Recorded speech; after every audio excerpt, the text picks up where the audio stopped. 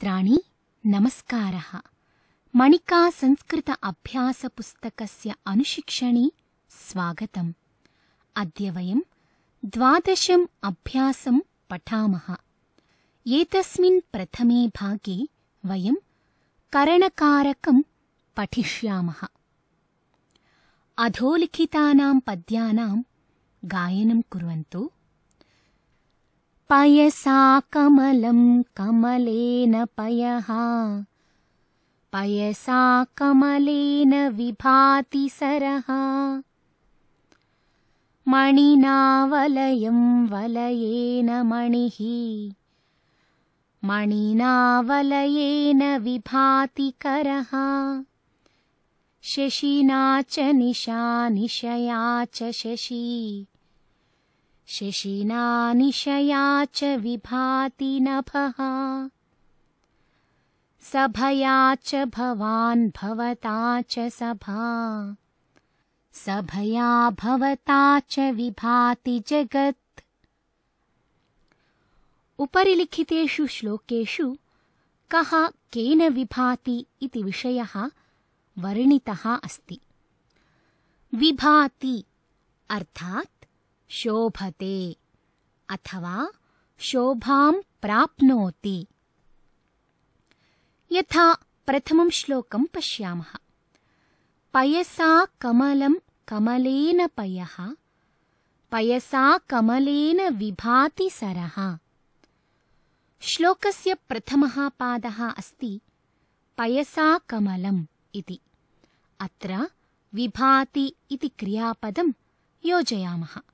अर्थात् पयसा कमलं विभाति। पयसा अर्थात् जलेन कमलपुष्पं शोभां प्राप्नोति। कमलेन पयः विभाति। पयसा कमलेन च सरः विभाति।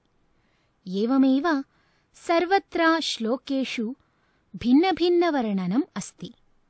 अधुना अधोलिखितं स्तम्भद्वयं ध्यानेन पश्यन्तु। तृतीये स्तम्भे रिक्तस्थानानि च पूरयन्तु। प्रथमे स्तम्भे यः विभाति सः क्रमशः लिखितः अस्ति। द्वितीये स्तम्भे येन विभाति सः लिखितः अस्ति। परन्तु द्वितीये स्तम्भे क्रमः नास्ति। भवन्तः समुचितं मेलनं कृत्वा तृतीयं स्तम्भं पूरयन्तु। प्रथमे स्तम्भे एतानि पदानि सन्ति। सरः, नभः, शशी, करः, जगत्, सभा, पयः, वलयं, कमलं, निशा, मणिः, भवान्। द्वितीयस्तम्भस्य पदानि शशिना, पयसा, कमलेन, मणिना, वलयेन, भवता, सभया, निशया इति एतानि सन्ति। प्रथमे स्तम्भे प्रथमः शब्दः अस्ति सरः इति। सरः केन विभाति? आम्, उत्तमम्। अस्माभिः प्रथमे श्लोके पठितं यत् सरः पयसा कमलेन च विभाति। नभः केन विभाति? नभः शशिना निशया च विभाति। एवमेव शशी निशया विभाति। करः मणिना वलयेन च विभाति। जगत् सभया भवता च विभाति। सभा भवता विभाति। पयः कमलेन विभाति। वलयं मणिना विभाति। कमलं पयसा विभाति। निशा शशिना विभाति। मणिः वलयेन विभाति। भवान् सभया विभाति। एतेषु वाक्येषु सर्वत्र भवन्तः पश्यन्ति यत् विभाति इति क्रियापदम् अस्ति। क्रमशः नभः, शशी, करः इत्यादयः शब्दाः कर्तृरूपेण सन्ति, अर्थात् कर्तारः सन्ति, इत्युक्ते क्रियां कुर्वन्ति। मध्ये शशिना, निशया, मणिना, सभया इत्यादिषु शब्देषु भवन्तः कां विभक्तिं पश्यन्ति? उत्तमम्, सर्वत्र तृतीया विभक्तिः अस्ति। अत्र किमर्थं तृतीया विभक्तेः प्रयोगः कृतः इति जानन्ति वा? उत्तमम्, यतः अत्र सर्वत्र करणकारकम् अस्ति। कथं ज्ञायते यत् अत्र करणकारकम् अस्ति? अस्तु, किं नाम करणं, करणे च का विभक्तिः भवति इति अधुना पठामः। करणं ज्ञातुम् एकं नियमं सर्वदा स्मरन्तु। क्रियां कर्तुं यत् अतीव सहायकं भवति तत् करणं भवति। उदाहरणार्थं, सुरेशः बस्यानेन गच्छति इति वाक्यम् अस्ति। अस्मिन् वाक्ये सुरेशः इति कर्ता गमनक्रियां करोति। परन्तु गमनक्रियां कर्तुम् अतीव सहायकं किमस्ति?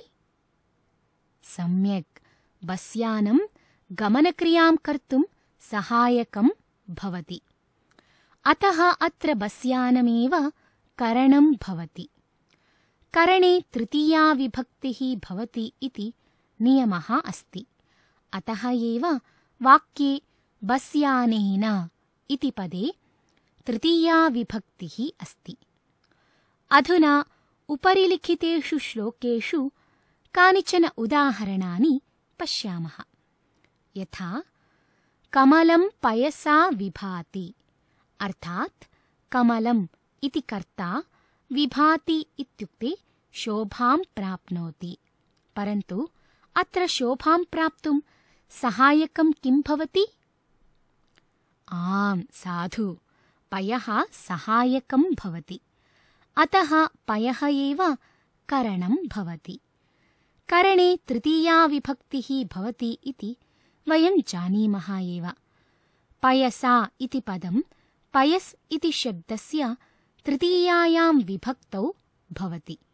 एवमेव अन्यं वाक्यम् अपि पश्यन्तु। भवान् सभया विभाति, अर्थात् भवान् शोभां प्राप्नोति। परन्तु शोभां प्राप्तुं सहायकं किं भवति?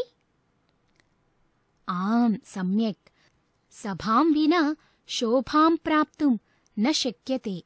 अतः सभा सहायिका भवति। तर्हि अत्र करणमपि सभा एव भवति। करणे तृतीया भवति। अतः एव सभया इति पदं तृतीयायां विभक्तौ भवति। एवमेव अन्येषु अपि उदाहरणेषु यत्र यत्र तृतीया विभक्तिः अस्ति सा करणे तृतीया अस्ति। एवं च अस्मिन् का भागे किं नाम करणं, तस्मिन् करणे च का विभक्तिः भवति इति वयं विविधैः उदाहरणैः ज्ञातवन्तः। इतोपि कुत्र कुत्र तृतीया विभक्तिः उपयुज्यते इति अग्रिमेषु भागेषु वयं पठिष्यामः। द्वादशस्य अभ्यासस्य प्रथमः भागः अत्र समाप्तः भवति। अग्रिमे भागे पुनः मिलामः। धन्यवादः।